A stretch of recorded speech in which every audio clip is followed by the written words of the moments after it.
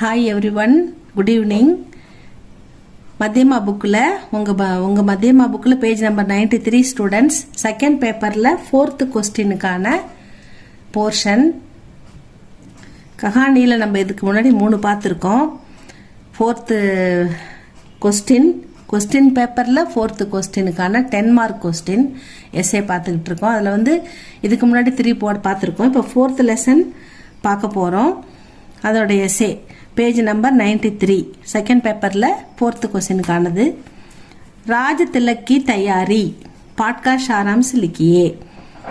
ராஜ திலக் அப்படின்னா யுவராஜ், அதான் யுவராஜ் பது, அரசனாக முடிசூட்டி கொள்ளுதல்.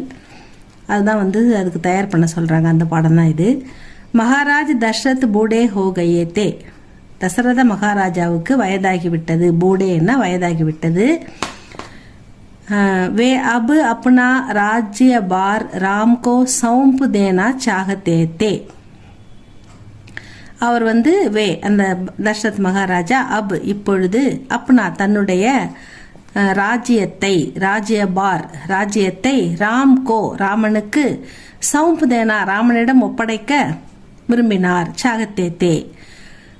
இஸ்கே சம்பந்தமே இந்த விஷயம் சம்பந்தமாக महाराज दशरथ ने सभास्थों से अपना विचार प्रकट किया.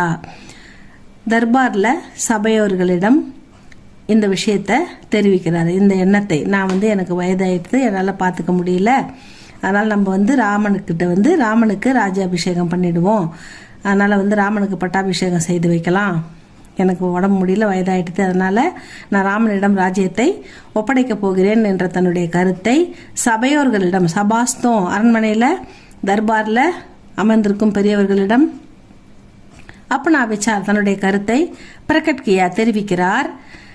சபாஸ்தோனே ஆனந்த சே கஹா.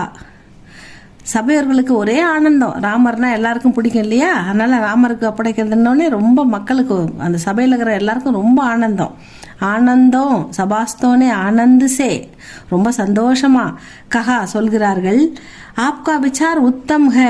தங்களுடைய முடிவு மிக சிறப்பானது, உங்களுடைய எண்ணம் மிக உயர்ந்தது, உங்கள் முடிவு மிக மிக சரியானது.